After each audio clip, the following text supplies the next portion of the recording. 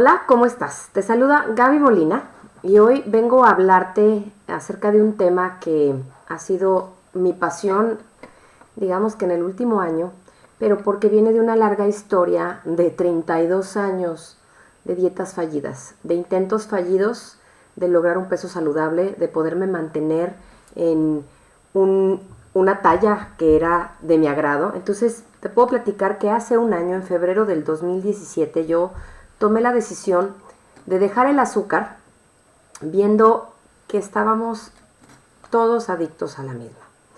Estaba yo en mi oficina un día y volteé a ver, y una socia de mi equipo estaba con unas galletitas tomándose su café.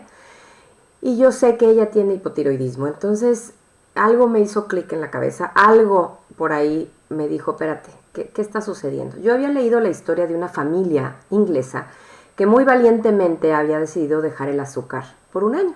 Y me había parecido muy interesante el experimento que hicieron, ¿no? La prueba como familia, y que los resultados que tuvieron fueron muy buenos en cuanto a salud y en cuanto a que fue posible hacerlo, ¿no? Entonces, cuando yo vi a esta persona de mi equipo con esas galletas, sabiendo que tiene una enfermedad crónico-degenerativa, y sabiendo yo que cualquier harina o azúcar en exceso nomás te hace más daño, volteé y le dije, te reto a que dejes el azúcar una semana. ¿A quién le sirven tus galletas?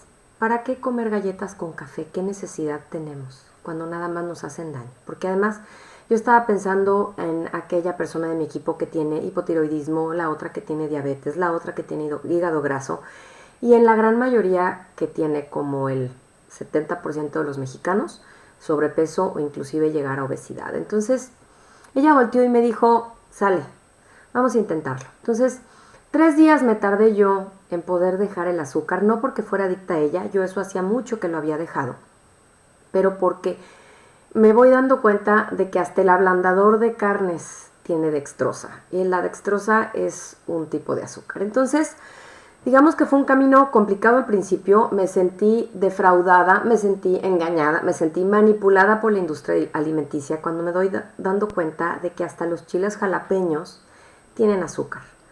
¿Por qué le ponen azúcar a las cosas que no son dulces? Yo pues puedo comerme un pastel y disfrutar ese azúcar en ese pastel, sabiendo pues que es algo que no puedo comer todo el día, y que si lo como pues es un placer que me doy.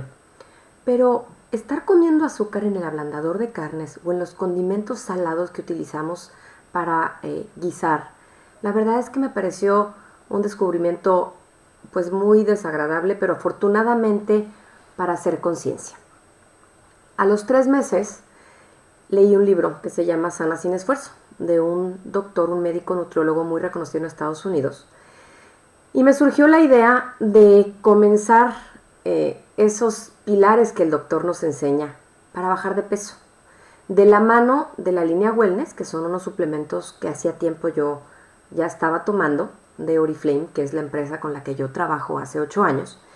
Y entonces empecé a bajar de peso. En este camino empecé a descubrir muchas cosas que son las que sabotearon mi esfuerzo de tantos años, tantas dietas que hice, todas las que se pueden imaginar, porque yo desde los 12 años empecé a hacer dietas con Weight Watchers primero, con Nutrisystem después, con proteínas, con Herbalife, con Slim Fast, la dieta de la crema de cacahuate, la dieta de la sandía, la dieta de la luna, ¿no? Entonces, experiencia en dietas fallidas, y digo fallidas porque bajaba y subía, ¿no?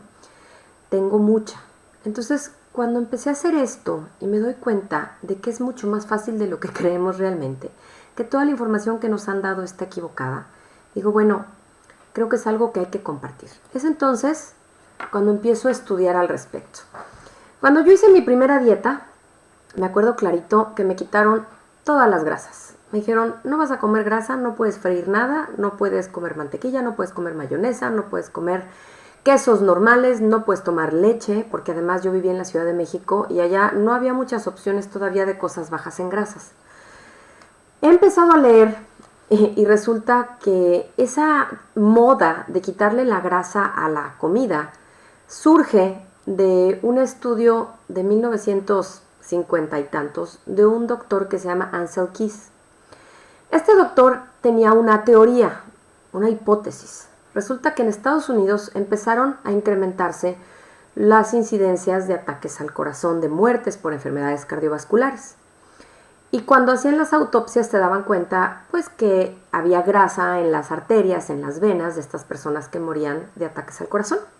Entonces la teoría de este doctor Ancel Keys era que pues si tenías grasa en las arterias y eso te las taponaba, debían de venir de las grasas de los alimentos. Y se puso a investigar, hizo una investigación en donde él relacionó lo que comían en 22 países con sus causas de muerte y con las incidencias de ataques al corazón. En ese estudio, 15 de los 22 países no correspondían a su teoría y los quitó. Pero 7 países que salen aquí en la lista, Japón, ¿no? Es un país en donde se consumen pocas grasas saturadas y tiene pocos ataques al corazón, y hasta arriba puso Estados Unidos, en donde consume muchas grasas saturadas y tenía muchos ataques al corazón. Entonces él elimina los otros 15 países y deja los 7 que cuadran en su teoría. Es un estudio que hoy en día no sería publicado, no sería considerado científico. Fue inclusive nombrado el especialista en dieta, salió en la portada de Times Magazine, y en esta portada que vemos aquí, el doctor Ancel Keys dice: con carne, leche, mantequilla, helado, la dieta altamente calórica estadounidense es 40% grasa, y la mayor parte es grasa saturada del tipo engañoso. Dice el doctor Ancel Keys que aumenta el colesterol de la sangre, daña las arterias y conduce a la enfermedad coronaria. Esto fue en enero de 1961. Cabe destacar que el estudio que él hizo fue financiado por la industria azucarera, entonces pues no se le resalta, sí descubrió que el azúcar hacía daño, pero no se resalta y no se publicita como se publicitó el daño que hacían las grasas según su teoría. Él sí sabía que había grasas buenas y que había grasas malas, como podemos ver en la imagen.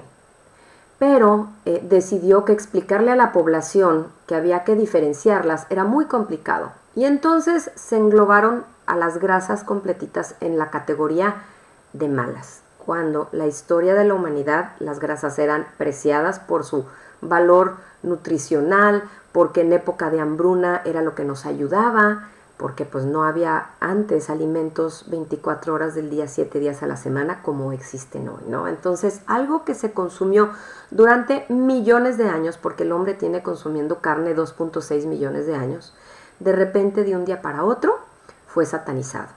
Y en 1980, por un reporte de un senador estadounidense, el reporte McGovern, ponen los primeros lineamientos de alimentarios en Estados Unidos para decirle a la población cómo debía comer.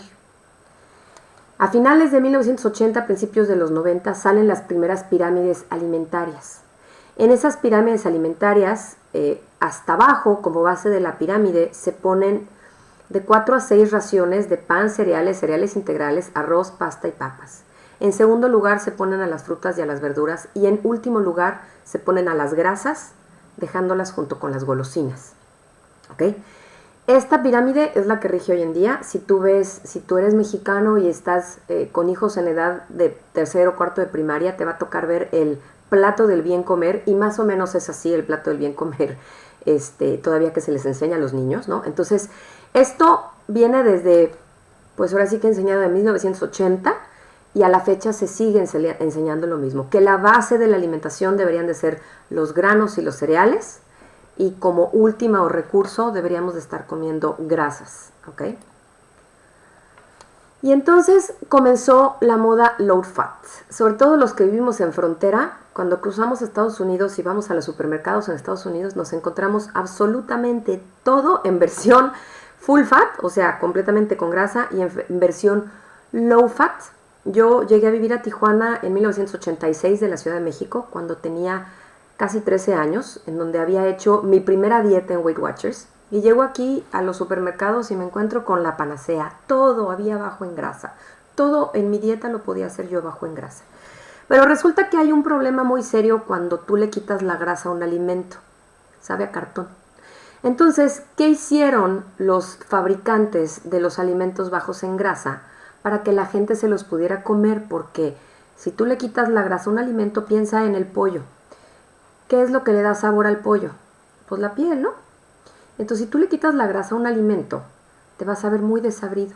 Y lo que hicieron fue ponerle azúcar. De hecho, los aderezos que son bajos en grasas podían de ser bajo en grasa, doble de azúcar, porque más o menos así los hicieron. Entonces, aquí tenemos un ejemplo, una tablita que me encontré inglesa, en donde te hablaba de las diferencias entre los productos de dieta y los productos normales en cuanto a su contenido de azúcar. Y resulta que te encuentras el panqué de moras Skinny de Starbucks, Skinny que quiere decir flaco, que tiene 8.5 cucharaditas de azúcar por porción, versus el panqué clásico del Starbucks que tiene 7 cucharaditas de azúcar por porción, ¿no? Luego, por ejemplo, la sopa enlatada de pollo Weight Watchers, conocida marca de dieta, ¿no? De Heinz, tiene 1 cucharadita de azúcar por porción.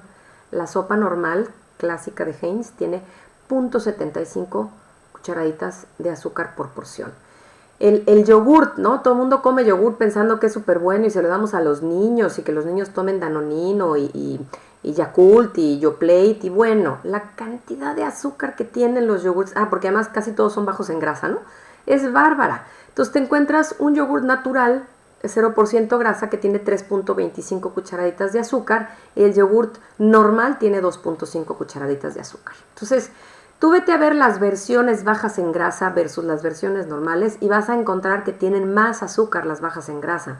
Y entonces, pues sales perdiendo y al ratito vas a ver por qué.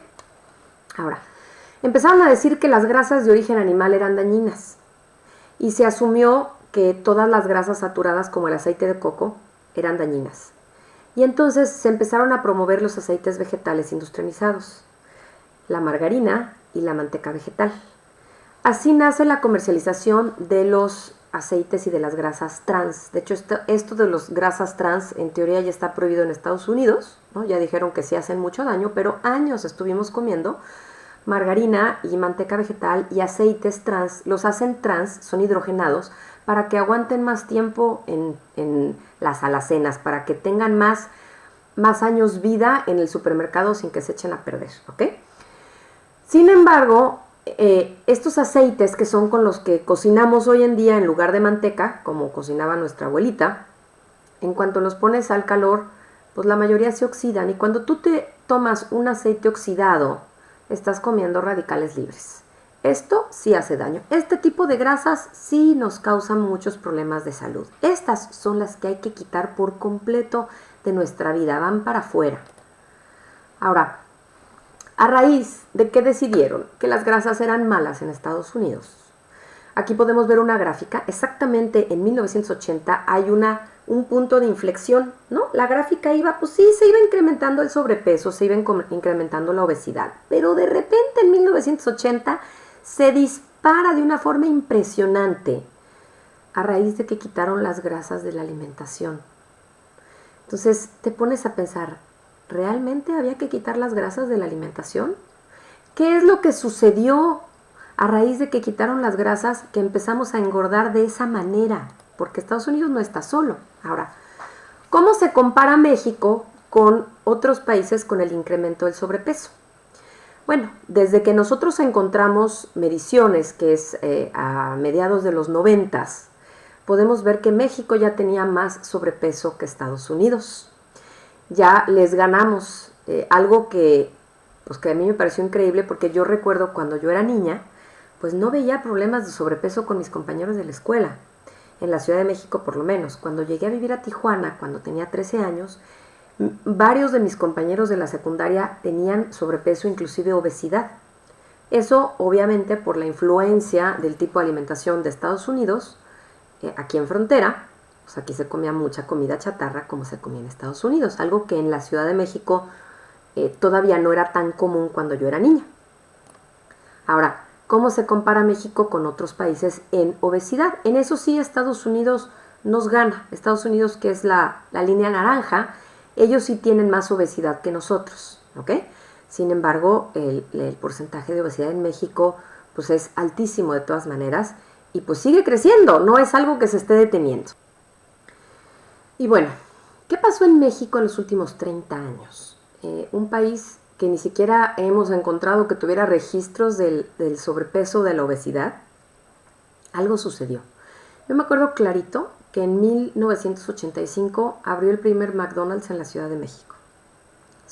Había otras tiendas, otros restaurantes de hamburguesas, pero el McDonald's hizo furor. Surge el amor profundo por la comida rápida, alta en grasas dañinas, en carbohidratos simples y en azúcar. Yo me acuerdo perfecto que en el periférico había filas de 2 horas para poder comer las hamburguesas del McDonald's. Hoy en día somos el país con más alto consumo de bebidas azucaradas del mundo, según la Organización Mundial de la Salud. En algunos poblados remotos es más fácil conseguir refrescos que agua embotellada. De hecho, por ahí leí una demanda que la Universidad de Chiapas tiene en contra de una conocida marca de refrescos porque se están acabando los mantos freáticos de San Cristóbal de las Casas, si mal no recuerdo, ¿no? Entonces, está grave la cosa. Y resulta que la mayoría de las calorías de azúcar que consume la gente vienen de las bebidas azucaradas. Entonces, bueno, pues aquí somos número 1, ¿no? Y bueno, hay gente que dice que comer bien es muy caro, pero esta encuesta que me encontré del INEGI lo desmiente todo, ¿no? Una encuesta que hizo INEGI en el 2016, en donde le habló a las familias para ver en qué gastaban su dinero que estaba destinado a la comida. Pues resulta que el 35% del gasto de alimentos en hogares se va a alimentos ultraprocesados, compuestos de calorías, carbohidratos, grasas malas y azúcares. Y apenas el 2.6% se destina a frutas, verduras y leguminosas. Entonces, híjole, la mayoría de nuestra alimentación debería de ser de frutas, verduras y leguminosas. Si tú le entras pero a gusto a las verduras y a las leguminosas, vas a quedar súper satisfecho, vas a sentirte lleno mucho más que comiendo comida procesada.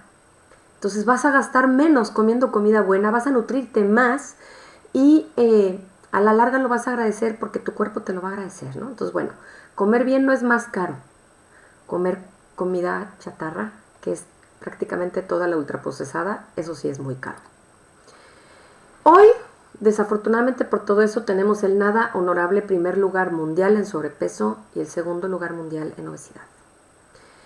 Y más triste aún, los niños mexicanos son los que más sobrepeso tienen en el mundo. La cantidad de azúcar que consumen los niños hoy en día en México es terrible. Hoy un niño mexicano puede comer 21 cucharaditas de azúcar al día, cuando su hígado puede procesar 3 o 4 nada más sin hacerle daño. Esto en la adolescencia se incrementa. Si de niños comen 21 cucharaditas, de adolescentes están comiendo 34, porque de adolescentes tú ya no les controlas lo que comen fuera de casa en absoluto. Tienen bastante autonomía en ese sentido y le empiezan a tomar los cafecitos del Starbucks y las bebidas energetizadas y las bebidas hidratantes como el Gatorade. Y entonces comen una cantidad de azúcar de tal manera que hoy en día, según una estadística en Estados Unidos y pues obviamente México, si México está en primer lugar, pues obviamente por ahí andamos, 1 de cada 4 adolescentes entre 14 y 18 años es prediabético o diabético. Entonces, ¿qué va a pasar con la vida de estos chavos, no? Con tanto problema de sobrepeso, pues obviamente mucha gente vive a dieta. Sin embargo, aproximadamente el 90% de la gente que pierde kilos siguiendo una dieta no logra llegar al peso deseado o conservarlo una vez que llegó. Eso es lo que yo viví tantos años. Evidentemente, las dietas típicas de restringir calorías y hacer ejercicio no funcionan a largo plazo. Porque si funcionaran, todo el mundo estaríamos delgaditos, ¿no? Entonces, ¿qué pasa? Pues llega el 1 de enero. Y tomas la decisión, este es el año, este año voy a lograr mi figura perfecta, voy a poder ser una talla chica, voy a estar sano, voy a acatar lo que dice mi médico, ¿no? Entonces tú comienzas con todas las ganas, tienes la determinación de seguir una dieta estricta, es 7 de enero, ya terminaron las fiestas, ahora sí lo vas a hacer, ¿no? Reduces tu consumo de alimentos, te empiezas a ejercitar, puedes ir con un doctor, con un nutriólogo, hacerte análisis, y dices, ahora sí. Y entonces empiezas a mejorar tu salud, empiezas a bajar de peso, mejoras tus niveles de azúcar, mejoras tu energía, te sientes bien, ¿no? Y pues al principio puedes tener el apoyo de amigos y familiares, aunque esto no siempre resulta, y te sientes bien porque estás logrando algo. Pero lo que pasa con la dieta típica, en donde tienes muchas restricciones, porque eso es lo que significan las dietas típicas. Tienes muchas restricciones, te aburres de la comida, te restringen la comida sabrosa, no puedes comer grasas en casi ninguna de ellas, lo que comes es muchos carbohidratos, disque buenos, comes proteína, pero las grasas te las quitan. Entonces, híjole, dentro de poco tiempo te aburres de la dieta, pero además de todo, no ves los resultados, te estancas. Yo me acuerdo perfecto, había un término cuando yo hacía mis dietas que decía, llegas a un plató, o sea, te quedas estancado ahí, te puedes quedar estancado ahí un mes y no bajas un gramo. Y entonces, estás haciéndolo todo y no bajas de peso, lo único que llega es la frustración y dices, bueno, pues total, si no estoy bajando de peso me como una galletita, ¿no? Pero no te comes una, te comes la barrita completa. Y entonces, pecaste. ¿Y qué pasa cuando pecaste? Te sientes mal y vuelves a pecar. Entonces, al cabo de 3 meses, donde a lo mejor bajaste 4 kilos, tiras la toalla, porque se vuelve imposible vivir a dieta. Imposible. Nadie puede vivir a dieta. Y esa es la manera en la que la única manera en la que nos han enseñado que podemos bajar de peso. Entonces, pues si no podemos vivir a dieta, ¿qué tenemos que hacer? Porque cuando vivimos a dieta, nos la vivimos en ciclos. Subes y bajas, y subes y bajas, y subes y bajas. Total, es el ciclo de las dietas yo-yo, ¿no? Entonces, de tu primera dieta a tu quinto rebote, ya pesas más en tu quinto rebote que tu peso inicial con sobrepeso en tu primera dieta. Y yo me acuerdo clarito, de mi primera dieta yo tenía que bajar 7 kilos, en la segunda tenía que bajar 10, en la tercera tenía que bajar 15, para la cuarta ya tenía que bajar 20. Y así mi historia. Y vaya que tenía fuerza de voluntad, vaya que hacía las cosas al pie de la letra. Pero la verdad es que nada de lo que me estaban dando, enseñando, diciendo que hiciera, estaba funcionando. ¿Ok? Ahora, con todo esto en mi historia, todas estas, ahora sí que, experiencias de dietas fallidas, me pongo a investigar y encuentro razones ocultas, ¿sí?, que son los mayores saboteadores de los esfuerzos por lograr un peso saludable. El primero, las hormonas. Resulta que tenemos 3 hormonas que regulan nuestro peso. Regulan el apetito, nos dicen cuando tenemos hambre, nos dicen cuando estamos satisfechos y almacenan la grasa. Segundo, tenemos una adicción al azúcar y a los carbohidratos refinados, producto de todas estas azúcares añadidas y esta pirámide alimentaria que nos dice que hay que comer tantos granos y tantos cereales, que lo único que han hecho es que nos han vuelto adictos. Vivimos un estilo de vida con estrés crónico y con sueño inadecuado. En las encuestas que he hecho, cuando yo pregunto si la gente duerme más de 7 horas al día, híjole, como el 5% me levanta la mano, ¿no? Tenemos una deficiencia crónica de vitamina D. Esto para mí fue sorpresa. Tenemos un desequilibrio crónico entre ácidos grasos omega 3 y omega 6. Y tenemos un desequilibrio crónico de la flora intestinal o microbioma, ¿no? Entonces ahorita lo vamos a explicar. ¿Cómo es esto? ¿Cómo se controla la ingesta de alimentos? Bueno, pues tú pensarías que es tu cerebro. No, tu cerebro no controla nada. Tu cerebro no es el que te dice. Lo que dice que se controla es el tejido adiposo, que resulta que el tejido adiposo es un órgano que produce hormonas, ¿no? El páncreas y el estómago. Cada uno produce una hormona que manda una señal a tu cerebro y cada uno tiene una función diferente. Y vamos a empezar por la grelina. La grelina es una hormona condicionada por los horarios alimenticios habituales de la gente. ¿Eso qué quiere decir? Cuando es hora de comer, porque la sociedad estamos habituados a horarios de comer, ¿no? El desayuno a las 8, la comida a las 2, la cena a las 8 de la noche. A esa hora, tu cuerpo está acostumbrado a recibir alimentos porque así lo has condicionado. Y entonces, llegan las 8 de la mañana o las 7 de la mañana, a la hora que tú acostumbres comer, y el estómago se tiene que preparar. Esas tripas que rugen, es tu estómago preparándose para recibir el alimento que tú le vas a dar. En ese momento echa la grelina porque sabe que es hora de prepararse. La grelina le indica al estómago y al cerebro que tú vas a comer y tiene que estar listo para recibir el alimento. ¿Ok? Tú lo detectas, tú lo sientes como hambre. ¿Qué pasa cuando es tu hora de comer y pasaron 20 minutos y no pudiste comer por alguna razón? Muchas veces se te pasó el hambre. ¿Por qué? El cuerpo dice, no vas a comer, perfecto, guardo jugos gástricos y ya, a la siguiente. Y entonces a las 8 de la noche, que es tu siguiente hora de comida, vuelve otra vez a lanzar la grelina. Entonces, en esta gráfica es súper claro ver cómo tú comes a la hora que estás acostumbrado porque estás condicionado, no porque realmente tengas hambre. O no porque, no es que no tengas hambre, no es porque realmente lo necesites, porque yo te hago una pregunta. ¿Cuál es el objetivo de tener grasa acumulada en el cuerpo? Obviamente me vas a responder que es para darnos energía algún día, ¿no? Entonces, si tenemos grasa acumulada en el cuerpo, ¿por qué nos da hambre? ¿Para qué? ¿Para qué la señal? ¿Sí? Pues es porque está acostumbrado nuestro cuerpo a que sea así. Ahora, ¿qué sucede con las dietas tradicionales? Nos dicen que hay que comer 5 veces al día o hasta 6. Te dice el nutriólogo y el médico. Usted va a desayunar a las 8. Va a hacer un snack a las 11 de la mañana, va a comer a las 2 de la tarde, un snack a las 5 de la tarde y va a comer a las 8 de la noche. Ellos te dicen que tiene 2 funciones. Que no te dé hambre todo el día, ¿sí? Y que se te acelere el metabolismo. Pues, ¿qué crees? Si eso funcionara, todos estaríamos flacos. Porque resulta que cuántas veces nos han dicho y cuántas veces comemos todo el día y resulta que no estamos flacos, ¿verdad? Pero además de todo, no se nos quite el hambre. Nos da hambre todo el día cuando tenemos que comer todo el día. Y además se vuelve súper complicado estar haciendo snacks de 3 almendras y 5 nueces y media rebanada de melón a las 11 y luego se vuelve súper complicado. Pero lo único que sucede cuando tú comes 5 veces al día es que todo el día tu hormona del hambre está arriba. Mira la gráfica. Todo el día está elevada. Entonces tú todo el santo día estás con el hambre. ¿Qué hay que hacer? Porque además, ¿quién come 3 veces al día porque lo necesita? Los bebés. Pero los bebés están creciendo, tú y yo no. Ellos sí lo requieren. Nosotros no necesitamos comer 5 veces al día.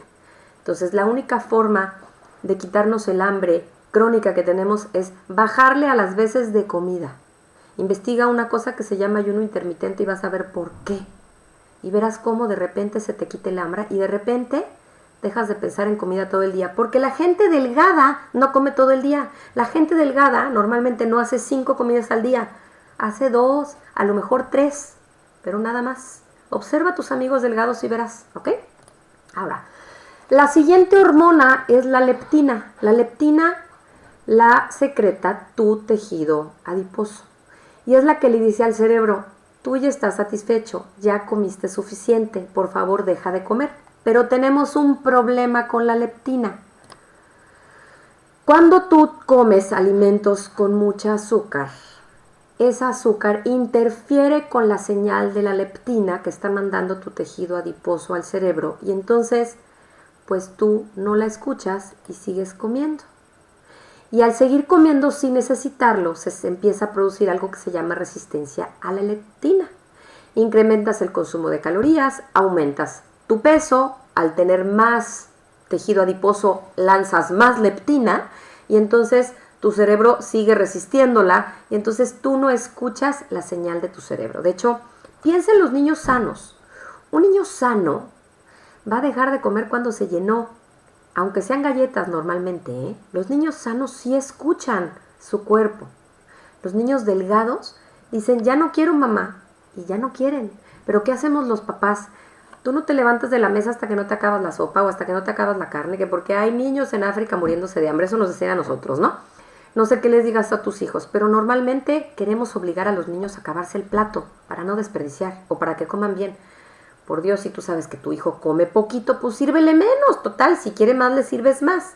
Porque lo que terminamos haciendo es echarles a perder la señal. Y entonces, en una persona normal, el cerebro o delgada, el cerebro recibe la señal de la leptina y dice, ya estás satisfecho y dejas de comer. En una persona obesa, el tejido adiposo sigue mandando hormona que te dice tú ya estás satisfecho, pero tu cerebro no la registra. Y entonces tú sigues comiendo y cada vez tienes más resistencia a la leptina. Entonces tú sigues sin escuchar tu leptina y sigues subiendo de peso, ¿ok?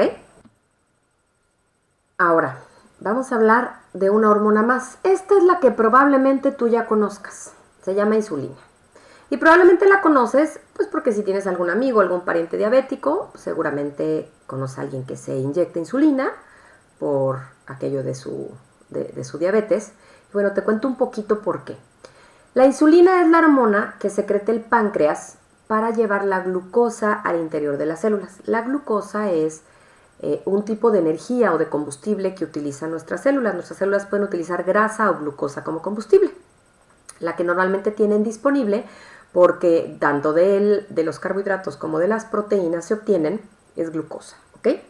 Entonces, Cuando todo funciona en orden, el páncreas secreta la insulina necesaria, encuentra la glucosa que hay en el torrente sanguíneo y la lleva al interior de las células para darle energía, ¿ok? Y resulta que tu cuerpo sí necesita azúcar, ¿sí?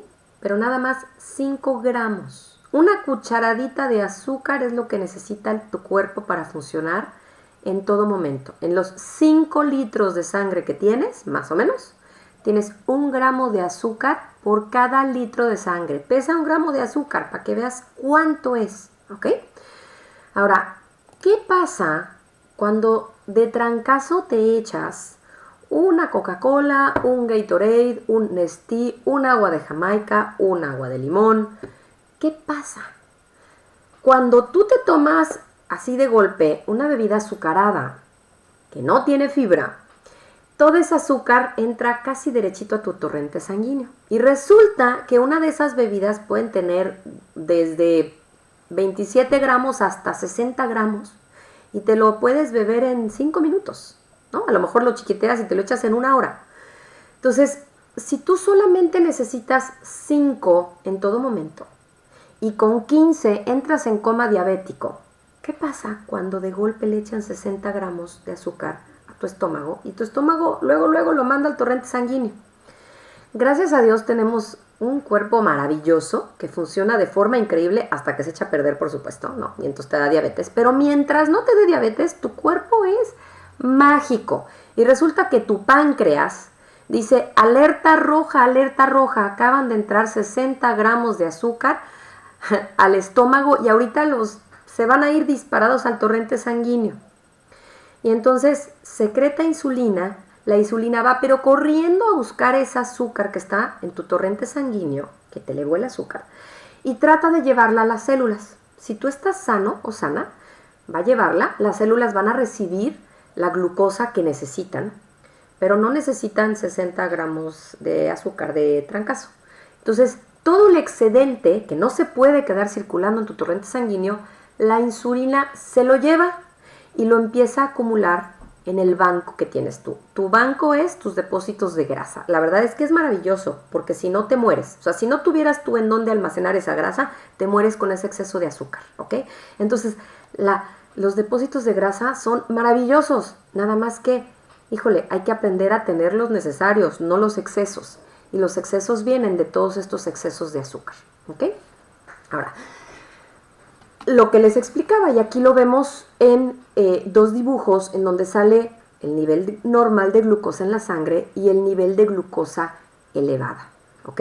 Cuando tú subes la glucosa es como pasa y todo este exceso, si se queda circulando en el torrente sanguíneo, pues te puede matar. Entonces por eso va corriendo la insulina y se lo lleva a donde sea requerido. Y al principio, pues un niño de 1 año que se está comiendo su primer pastel de cumpleaños, es cuando ya empezamos a echar a perder, pero bueno, se come su primer pastel de cumpleaños, entonces, pues de repente la sangre recibe un mundo de azúcar que nunca había recibido, pues el páncreas nuevecito y fresco y sano va, corre y se la lleva, ¿no? Y ya, no pasa nada, pero de manera continua estamos bombardeando nuestro torrente sanguíneo con exceso de azúcar y entonces lo que termina pasando pues es que terminas desarrollando diabetes. Tarde que temprano terminas desarrollando diabetes, ¿ok? Entonces, ese exceso de glucosa se convierte en tejido adiposo y tú vas a ir subiendo de peso cada vez más. De hecho, las generaciones de hoy tienen un sobrepeso que no tenía la generación de cuando yo era niña. ¿Por qué? Porque cuando yo era niña, yo no recuerdo haber tomado juguitos de caja ni lechitas de chocolate como toman hoy los niños. Mi mamá no me acuerdo que me diera dulces todos los días, ni me mandaba galletas en la lonchera. Yo tomaba agua, a lo mejor agua de Jamaica, pero no existían los juguitos en caja. Entonces la cantidad de bebidas azucaradas que están tomando los niños hoy, pues son los que están logrando que cuando lleguen a la adolescencia, ya hoy en día, pues haya 1 de cada 4 o prediabéticos o diabéticos, ¿no? Entonces, sobre todo hay que tener cuidado con nuestros niños. Y lo que termina resultando es que te vuelves resistente a la insulina.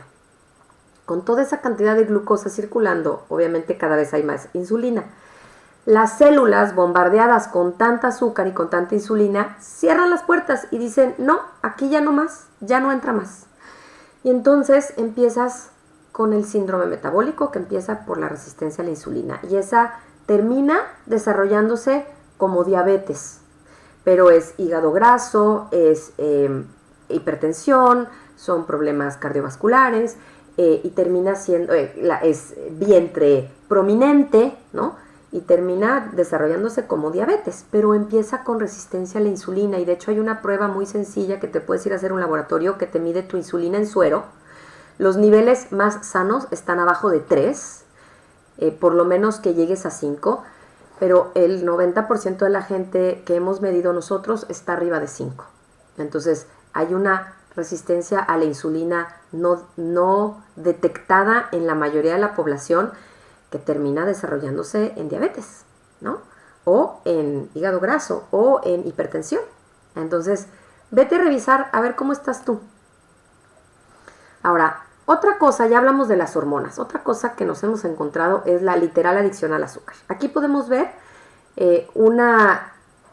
una medida del cerebro, cómo se ilumina cuando un adicto a la cocaína inhala cocaína o cuando un adicto al azúcar come azúcar. Se iluminan prácticamente idénticas las partes del cerebro, ¿no? Una persona que no está adicta al azúcar no le ilumina así el cerebro. Entonces, hicieron un estudio, y aquí abajo está la fuente del estudio, para determinar si el azúcar es adictiva. Y llegaron a la conclusión de que igual que en el caso de las drogas, el acceso intermitente al azúcar, o sea, por ejemplo, hoy tienes azúcar y pasado mañana y 2 días después no, y te empieza a dar así como el telele porque no tienes azúcar, ocasiona los mismos síntomas que definen una adicción.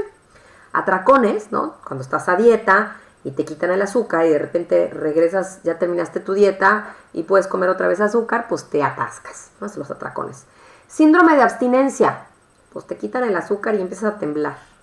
Necesito mi azúcar, necesito mi azúcar. Sensación de recompensa cuando te comes la dona que no te habías comido en 3 días. Antojos intensos. Incremento en el consumo de drogas en ausencia del azúcar. Imagínate nomás, qué grueso. De hecho, lo que he leído es que los drogadictos o alcohólicos que están en tratamiento incrementan considerablemente sus consumos de azúcar. O sea, sustituyen una droga por otra. Liberación de dopamina, que es el neurotransmisor del placer, similar al de las drogas. Y esta conclusión es reforzada por el hecho de que los cambios en los neurotransmisores y en la neuroquímica fueron similares a los producidos por las drogas, ¿no? Entonces, ¿tú crees que no estás adicto al azúcar? Pues revísate a ver cómo te pones si la dejas 3 días, a ver si es cierto. Hicieron un estudio con ratas, publicado en PubMed en el 2007, y se comparó la preferencia de unas ratas entre la cocaína y el azúcar.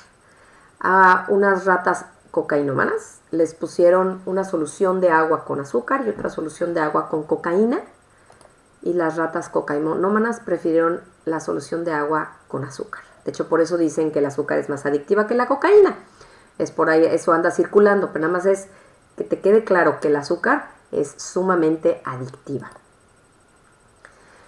Otra cosa que es plaga del siglo XXI, no dormimos suficiente. De hecho, antes de la invención de la bombilla eléctrica, el hombre dormía con los ritmos de la naturaleza, o sea, cuando era de noche dormía, cuando era de día despertaba, y en promedio dormía 11 horas al día, ¿no? No dormía las 6 o 4 o 5 horas que dormimos hoy en día. Y cuando la gente duerme menos de 6 horas al día, se incrementan los niveles de glucosa, se genera resistencia a la insulina y a la leptina y se incrementa la producción de la grelina. O sea, ya vimos las 3 hormonas, ¿no? No dormir te hace trizas. Se incrementan, por lo tanto, el hambre y el apetito. Y además de todo, cuando la gente se desvela, las personas incrementan su consumo de calorías en un 20%, o sea, comes más cuando te desvelas, especialmente de alimentos altos en carbohidratos, o sea, los que te disparan la glucosa, por lo tanto te disparan la insulina, y además de todo inhiben a la leptina. Y cuando tú comes a medianoche siempre vas a tener grelina circulando y vas a tener hambre siempre que comes a medianoche, ¿ok? Si estás despierto, vas a ir al refri. Ahora, hicieron un experimento con 245 mujeres participantes. Hicieron un análisis del sueño relacionado con la pérdida de peso, ¿ok? A todas las pusieron en un régimen para bajar de peso y las que durmieron más de 7 horas cada día tuvieron 33% mejores resultados en la pérdida de peso que las que durmieron menos. Entonces, con el mismo régimen todas tuvieron mejores resultados por dormir más tiempo. ¿Qué pasa? Cuando tú no duermes suficiente o bien, tu cuerpo entra en estado de alerta. Cuando tu cuerpo entra en estado de alerta, estás en estrés, y cuando estás en estrés secretas una hormona que se llama cortisol. Esa hormona eleva la glucosa porque te está preparando para la emergencia. Y entonces la cosa es que no hay emergencia, tú nada más estás desvelándote con una novela o con una película o platicando con un amigo, con tu pareja o con quien sea, pero esa glucosa que se elevó ahí sigue. ¿Y a dónde crees que se va a ir esa glucosa? A tus depósitos de grasa, ¿va? Ahora, el estrés y el sobrepeso.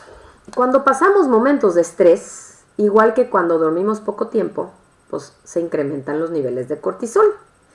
Y los niveles de cortisol, como ya platicamos, incrementan la glucosa en la sangre. Y cuando a ti se te incrementa la glucosa en la sangre, vas a incrementar tu insulina y entonces esa insulina va a hacer que tú engordes. Punto. El exceso de insulina significa que tú vas a subir de peso. ¿Por qué es así?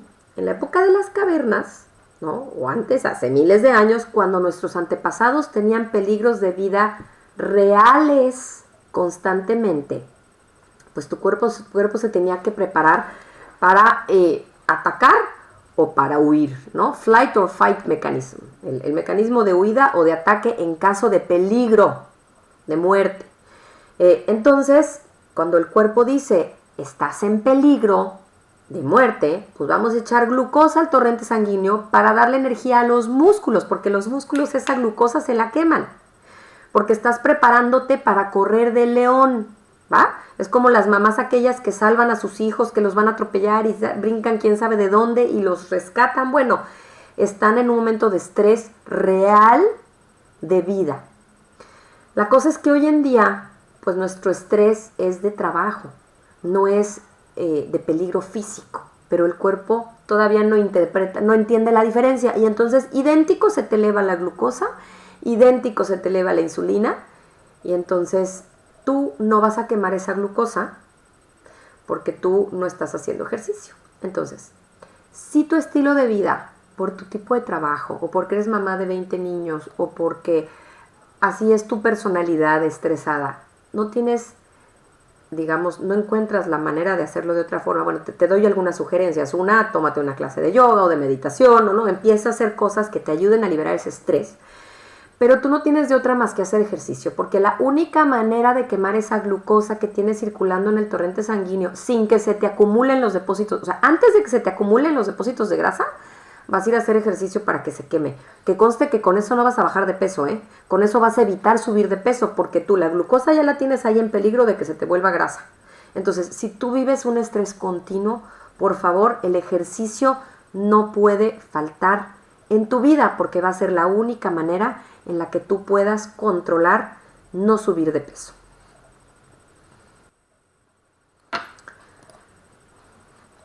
Y bueno, algo que fue descubrimiento reciente es para nosotros es que estamos crónicamente deficientes en vitamina D, una vitamina que es tan importante que tu cuerpo la hace. La única manera de saber si eres deficiente en vitamina D es haciéndote una prueba. La prueba que te recomendamos se llama vitamina D hidroxi 25. Los niveles ideales de las poblaciones más sanas de vitamina D están entre 50 y 70. Los mínimos recomendados por la Organización Mundial de la Salud son de 30 a 32. En nuestras pruebas que nos hemos hecho ya como 400 personas, la gran mayoría de la gente está abajo de 32, o sea, ni siquiera llegamos al mínimo. Tenemos gente en niveles menores a 10, que es nivel de raquitismo. Entonces, esta hormona que produce nuestro cuerpo cuando nos asoleamos, pues resulta que pues ya no nos asoleamos, nos la vivimos en oficinas, encerrados, o cuando salimos al sol nos ponemos bloqueador solar y entonces tampoco se produce. Entonces, bueno, lo tratamos de hacer nosotros tomando sol, pero pues realmente no te da suficiente, te tienes que asolear mucho sin bloqueador solar con tu cuerpo expuesto para poder tener resultados. ¿Y por qué es importante la vitamina D? Pues los expertos en todo lo que he estudiado todavía no saben por qué, pero en las pruebas de laboratorio, en las pruebas que hicieron con gente con un régimen para bajar de peso, la gente que se suplementaba con vitamina D o que incrementaba sus niveles exponiéndose al sol como debería ser la forma natural, perdió hasta 15% más de peso que la que no subió mayormente sus niveles de vitamina D. Entonces es una forma súper sencilla, no tiene mayor complicación, es nada más ver cuánto tienes de nivel de vitamina D. Es muy importante que te midas porque si de casualidad estuvieras bien y te suplementas, te nos puedes intoxicar, ¿no? Entonces hay que medir los niveles de vitamina D para ver si están deficientes y si están deficientes, suplementarte, ¿ok? Entonces, esto es una forma en la que vas a bajar de peso sin mayor esfuerzo, bien fácilmente. Y la otra, por el consumo de omega 3. El adicionar fuentes animales de omega 3 en la alimentación vía pescado o suplementación con aceite de pescado ha dado resultados positivos en la pérdida de peso, en la reducción de grasa abdominal y en la mejora de la proporción de cintura y cadera, según diversos estudios llevados a cabo tanto en animales como en humanos, ¿ok? Tú puedes comer omega 3 todos los días si comes arenques, truchas, sardinas, salmón, atún, pero tiene que ser salvaje, no puede ser de granja, y el atún está muy contaminado de mercurio, entonces tienes que tener cuidado con las cantidades de atún que consumes. La forma más fácil de consumir cantidades adecuadas de omega 3 es por medio de la suplementación de cápsulas de aceite de pescado de la más alta calidad. Ese sí es súper importante que sea de alta calidad. ¿Y cómo nos ayuda el omega 3 a bajar de peso? Nos ayuda a sentirnos más satisfechos después de comer, o sea, ayuda a que tu cerebro escuche la leptina. Promueve el uso de grasa como combustible en vez de glucosa, evitando así la acumulación en los depósitos de grasa, sobre todo la abdominal, ¿ok? Ayuda a la formación de masa muscular, de tal forma que se incrementa el metabolismo. Cuando tú tienes mayor masa muscular, vas a quemar más calorías, entonces vas a bajar más rápido de peso. ¿Por qué crees que los hombres bajan más rápido de peso que las mujeres? Porque tienen como 15% más músculo o 10% más masa muscular que nosotros, ¿ok? Las mujeres. Y ayuda, las membranas celulares deberían de estar hechas de omega 3 y omega 6 en equilibrio. Pero no es así hoy en día porque casi no comemos omega 3. Y tenemos hasta 60 moléculas de omega 6 por una de omega 3. Y eso hace que las membranas no funcionen bien, no se comuniquen bien y no absorban bien los nutrientes.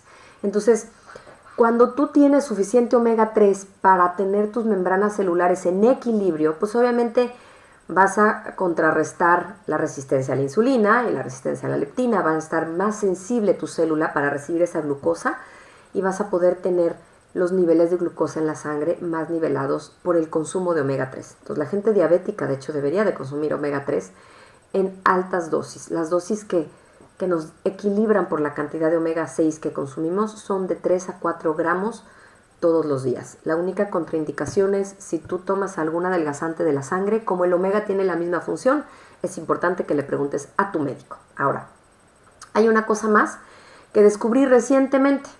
Los microorganismos que reinan nuestra flora intestinal o microbiota definen cuántas calorías absorbemos de los alimentos. Así te la pongo. Aquí puedes ver unos que se llaman bacteroidetes y otros que se llaman firmicutes. Te puedes imaginar que los malos son los firmicutes y los buenos son los bacteroidetes. ¿Por qué? Bueno, aquí te pongo el ejemplo y resulta que los animales tienen también la misma flora intestinal, los mismos microorganismos estos que tenemos nosotros. Entonces, estudiando animales sanos y animales obesos, en un animal sano tiene apenas 14% de firmicutes. Un animal obeso tiene 48% de firmicutes. O sea, que absorbe más calorías el firmicute que los otros. Y esos son los que te hacen subir de peso. Hicieron un estudio también en humanos, en flora intestinal de habitantes de África y flora intestinal de habitantes de Europa. Y resulta que en África el consumo de fibra es muy alto. En Europa el consumo de carbohidratos sin fibra, como las pastas y las pizzas y los panes, es muy alto. De hecho, también hay un problema severo de sobrepeso en Europa. Y entonces vieron que en África, donde consumen mucha fibra, lo que más tienen son bacteroidetes, que es lo que tú quieres tener en tu flora intestinal. Y en Europa, que consumen muchos carbohidratos, muchos panes, mucho azúcar, tienen firmicutes, ¿ok? Los firmicutes absorben más calorías que los bacteroidetes. Si tu flora intestinal está equilibrada, te vas a poder comer sin problema de vez en cuando alguna comida chatarra y no vas a engordar. Pero si tu flora intestinal está llena de firmicutes, comida que comas, comida que probablemente te va a engordar, ¿ok? Y entonces tenemos aquí los porcentajes de sobrepeso y obesidad en las diferentes regiones del mundo. Vean nada más. En África, en el 1980, había muy poquito sobrepeso. Ya para el 2008 ya se incrementó, pero no se compara con Europa, en donde casi el 60% de la población tiene sobrepeso, o con Norteamérica, donde estamos nosotros también, en donde el 70% de la población tiene sobrepeso. Ahora, en África se está incrementando el sobrepeso porque está llegando el McDonald's y porque desafortunadamente están cambiando sus aceites de coco con los que han cocinado por miles de años por aceites vegetales industrializados de maíz y de soya que nomás nos hacen daño a la salud. Entonces, esos cambios en la alimentación de África está haciendo que haya regiones en donde tengan hambre y donde tengan obesidad al mismo tiempo. Se mueren de hambre y de exceso de comida. Está la verdad es que muy triste, muy lamentable. Y en varios estudios con ratones se ha demostrado una y otra vez que al suministrarles flora intestinal de seres humanos obesos, subían de peso. En un experimento que hicieron a un par de ratones que no tenían flora intestinal, les inyectaron flora intestinal de una gemela obesa y otro de una gemela delgada. Y les dieron de comer lo mismo. Al ratón que tenía flora intestinal de gemela obesa, subió de peso. El que tenía flora intestinal de gemela delgada no subió de peso y los dos se alimentaron con la misma dieta. ¿Okay? Entonces, para que te des una idea de la importancia de tener tu flora intestinal equilibrada. Y bueno, el alimento favorito de los firmicutes es el azúcar. En los ingenios azucareros hicieron pruebas de qué tipo de microorganismos tenían y resulta que los firmicutes se reproducen felizmente en donde se produce la caña de el azúcar de la caña. ¿Okay? Entonces, espero que para este punto de la presentación te hayas dado cuenta de que el enemigo público número 1 es el azúcar. Y el 80% de los alimentos procesados tiene azúcar añadida. ¿Ok? Le ponen azúcar a todo y se esconde en uno de sus casi 90 nombres diferentes. ¿Cómo evitar todo este azúcar? Pues no compras alimentos ultraprocesados. Bríncate los pasillos del súper del medio y date la vuelta por donde están las frutas, las verduras, los lácteos, la carne, el pollo, y ahí no llegues a los panes. ¿Okay? Vete así como por donde está lo que es natural y bueno y de la tierra, que no está procesado, porque el pan está procesado, ¿sí? La fruta, verdura, carnes, pollos y lácteos. Y de los pasillos del medio vas a poder comprar la sal del Himalaya y el aceite de coco, de aguacate, aceite de oliva, vas a poder comprar frijol, lentejas, habas, chícharos, leguminosas. Y párale de contar. Es lo único que vas a poder comprar. Si quieres evitar el azúcar, realmente tienes que brincarte los pasillos del medio. Ahora, quitarte el azúcar con esa adicción no es nada fácil. ¿Qué tenemos nosotros? Un sistema, desayuno sueco le llaman en Oriflame, que es una compañía sueca, en donde tenemos una malteada maravillosa con un sobrecito de suplementos que te aporta todos estos nutrientes que tú estás viendo en pantalla. Es increíble lo que te aporta de nutrientes la malteada y el paquetito. Pero lo más mágico de esta combinación es que te quita la ansiedad por comer azúcar, te quita la adicción de una forma increíble. Yo era adicta al chocolate, me declaraba adicta al chocolate y todos los días con mis 3 hijos de 5, 3 y recién nacido, iba al Oxxo a comprarme un chocolate y una Coca Light. Todos los días, con 3 chiquitos a cuestas. Imagínate lo que es eso. El día que yo empecé a tomar nuestra malteada, se me quitó la adicción al chocolate por completo. Entonces, ¿quieres empezar a comer más saludable, que no te agarren esos ataques de ansiedad por atascarte de todo lo que sabes que te hace daño? Prueba wellness. Wellness, que significa bienestar. Y bueno, nosotros con toda esta información hicimos un reto para bajar de peso y para mejorar la salud, en donde hemos visto resultados maravillosos en la pérdida de peso y en las mejoras de los niveles de química sanguínea. Porque cuando yo conocí un estudio hace 1 año y medio que decía que por cada incremento en el índice de masa corporal, tú incrementabas tus probabilidades de morir de manera prematura, dije, tenemos que hacer algo al respecto. En un país con 87 millones de personas con sobrepeso, ¿qué les espera a nuestros hijos? Si cada vez estamos más enfermos, si cada vez más gente desarrolla cáncer, diabetes, enfermedades cardiovasculares. Si tú tienes 30 de índice de masa corporal, tienes 49% de mayor riesgo de mortalidad cardiovascular. y tienes 38% de mayor riesgo de mortalidad por enfermedad respiratoria. O sea, te agarra una gripe, se te vuelve neumonía y ahí quedaste. Y 19% de mayor riesgo de muerte de cáncer. A mí 5 personas cercanas se me han ido de cáncer. 4 de ellas con obesidad, de causas diferentes de cáncer. Y una de ellas, la quinta, era porque fumaba, ¿no? Entonces, más gente se me ha ido por sobrepeso con cáncer que por fumar. Y bueno, la enfermedad que está matando a más mexicanos, está inhabilitando a más mexicanos, cegando a más mexicanos, amputando a más mexicanos que ninguna otra, la diabetes. Por un punto de aumento en el índice de masa corporal, tú incrementas un 12% tus probabilidades de desarrollar diabetes. Entonces, híjole, pie diabético, ceguera, problemas con los riñones, es la primera causa de ceguera en México, es la primera causa de amputaciones fuera de accidentes en México y es la causa principal de enfermedades renales en México. Entonces, por favor, vamos deteniéndola. Y si hoy 1 de cada 4 adolescentes en Estados Unidos es prediabético, pues México debe de estar igual o peor, porque tenemos el nada honorable primer lugar de niños con sobrepeso en el mundo. Entonces, ¿qué les espera a los 20 o a los 25? Ya van a ser diabéticos por completo y entonces les vas a amputar un pie a los 30, les vas a tener que hacer hemodiálisis a los 35, se van a quedar ciegos a los 40. ¿Qué va a pasar con nuestros hijos? Y aquí está la tablita que te dice cómo andas, cómo sacar tu índice de masa corporal. Vas a dividir tu peso en kilogramos entre tu estatura y otra vez entre tu estatura. Y con esto tú vas a determinar tu riesgo de mortalidad. Mientras más alto, mayor tu riesgo de morir antes de los 70 años.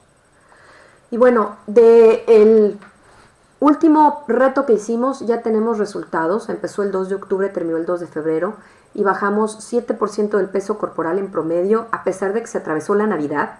Bajamos cintura, bajamos cadera, bajamos glucosa, hemoglobina glucosilada, bajamos la insulina, la resistencia a la insulina la combatimos, incrementamos la proporción del colesterol bueno versus el malo e incrementamos de forma maravillosa la vitamina D.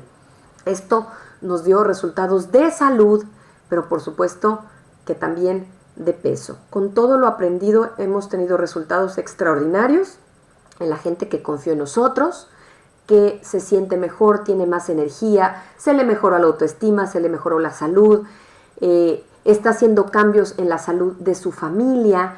Entonces es realmente extraordinario lo que estamos logrando. Te invitamos a que hagas con nosotros el reto. Cada 3 meses aproximadamente iniciamos uno nuevo y cada 3 meses tenemos gente ganadora. Tenemos premios en efectivo para los que ganan el concurso como tal, pero en realidad aquí todos salimos ganando porque todos mejoramos nuestra imagen, nuestra autoestima, nuestra energía y además de todo eso se contagia con nuestra familia. Aquí vemos del lado izquierdo a Mayra, una amiga muy querida, que ella ha bajado 20 kilos, de hecho ya está más delgada que en la foto que se ve ahí, y su marido con ella 11. Tenemos otra que ella ha bajado 14 kilos y el marido lleva 18. Entonces hay gente que está haciéndolo con sus hijos que tienen sobrepeso, ¿no? Entonces, entendiendo todo esto de la ciencia del sobrepeso, hemos logrado hacer cambios maravillosos. La gente dice que en su vida había sido tan fácil, que no se siente a dieta, que no se siente restringido, que come delicioso, que está siendo muy fácil implementarlo con su familia.